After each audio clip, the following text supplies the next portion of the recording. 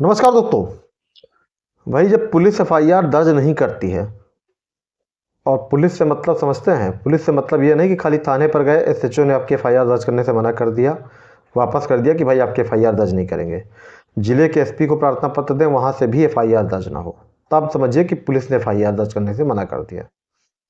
तो जब भी पुलिस एफआईआर दर्ज करने से मना कर दे या दर्ज ना हो आपके एप्लीकेशन देने के बाद, तभी आप अल्टरनेट रेमेडी तलाशते हैं कि भैया आप कोर्ट चलो कि क्या करें, कि और कोई प्रक्रिया अपनाई जाए।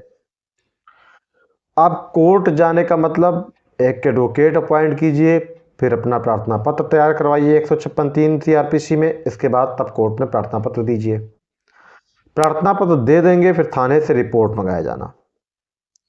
अब रिपोर्ट आना थाने से बड़ी टेढ़ी खीर है कि कितने दिन में आएगी, क्या होगा, कुछ भरोसा नहीं है। कभी कभार 6 महीने, साल भर में भी आती है।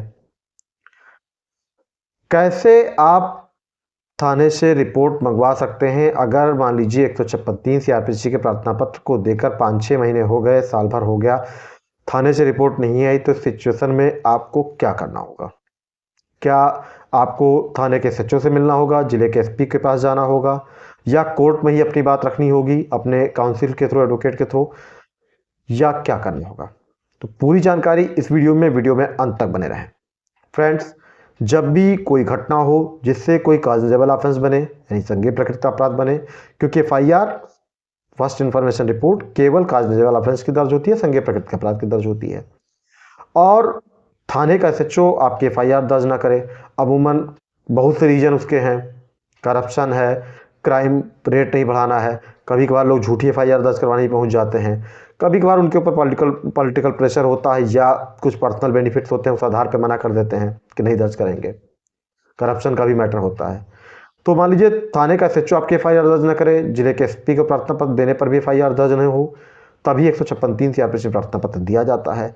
कभी कभार औपचारिकता होती है कि थाने के भारसाधक अधिकारी एसएचओ को प्रार्थना पत्र दिया गया, जिले के एसपी को दिया गया, उन्होंने एफआईआर दर्ज नहीं की, और जबकि प्रार्थना पत्र कहीं नहीं दिया गया, सीधे 156(3) फाइल किया गया। तो 156(3) जब आप फाइल कर देते हैं, तो सबसे पहले कोर्ट उस पर ऑर्डर करती है कि थाने से आख्या मंगाई जाए, रिपोर्ट मंगाई जाए। अब भैया थाने से रिपोर्ट आना वैसे तो ये है कि उसमें लिख के कुछ नहीं आता है, जनरली खाली एक लाइन होती है कि कोई अभियोग पंजीकृत नहीं है। लेकिन अब थोड़ा सा पुलिस प्राइमरी इंक्वायरी करती है, उसके बाद ही कोई रिपोर्ट भेजती है।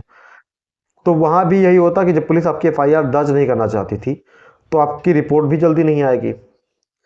अब अगर रिपोर्ट नहीं आ रही है, समय बीत गया, 2 महीने, 3 महीने, 6 महीने, तो आप क्या करेंगे? तो भाई जब आपका मामला कोर्ट में है, यानी आपने प्रार्थना पत्र 156(3) सीआरपीसी में दिया है, तो आप ना तो एसएचओ के पास जा सकते हैं, और ना ही आप जिले के एसपी को प्रार्थना पत्र दे सकते हैं कि इस मामले में 156(3) सीआरपीसी के प्रार्थना पत्र में अब तक रिपोर्ट नहीं आई है, थाने से जानबूझकर थाने से रिपोर्ट नहीं भेजी जा रही है। क्यों नहीं कर सकते हैं? क्योंकि आपका मामला है कोर्ट में, और कोर्ट के मामलों में कभी भी पुलिस इंटरवीन नहीं कर सकती है, नहीं करती है। तो अब आपके पास क्या विकल्प होता है?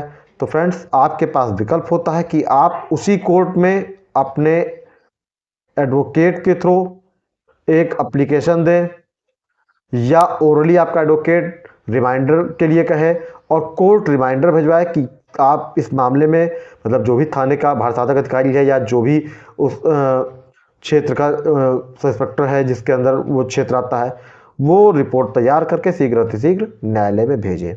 लेकिन अगर मान लीजिए कोर्ट भी बहुत ज़्यादा इंटरेस्ट नहीं ले रही है, तब आपके पास विकल्प होता है कि अगर 6 महीने, साल भर हो गए हैं, तो आप ऑनरेबल हाई कोर्ट जाइए और 483 सीआरपीसी में एप्लीकेशन फाइल कीजिए कि इस मामले में शीघ्रतम कार्रवाई हो। सुप्रिटेंडेंट का पावर है ऑनरेबल हाई कोर्ट के पास 483 में मजिस्ट्रेट कोर्ट का, और उस आधार पर इसमें सडनली कार्रवाई फिर होगी। तो फ्रेंड्स, ये थी आज के वीडियो में महत्वपूर्ण जानकारी पसंद आई हो तो वीडियो पर लाइक करते हुए चैनल को सब्सक्राइब करके नोटिफिकेशन बेल को प्रेस करके रखें, ताकि जो भी वीडियो चैनल पर अपलोड किए जाते हैं उनका नोटिफिकेशन आपको समय से मिलता रहे। जय हिंद।